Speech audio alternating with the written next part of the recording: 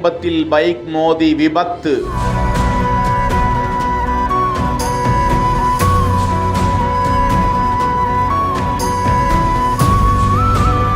சாலையை விட்டு விலகி மின்கம்பத்தில் மோதி விபத்து.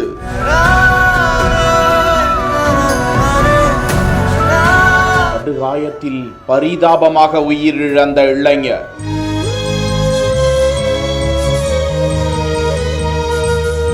உயிருக்கு ஆபத்தான நிலையில் மற்றொரு இளைஞர். ஏன் இந்த வேகம்?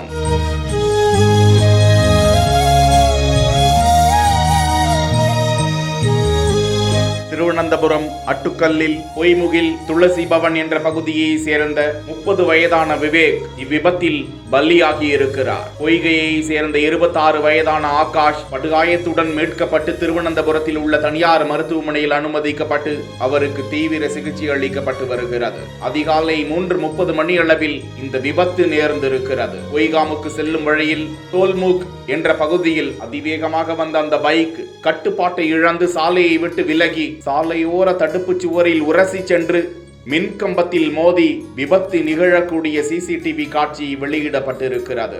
அதிவேகம் ஆபத்தில் முடியும் என்பதற்கு இந்த விபத்து இளைஞர்களுக்கு ஒரு எச்சரிக்கை தான்.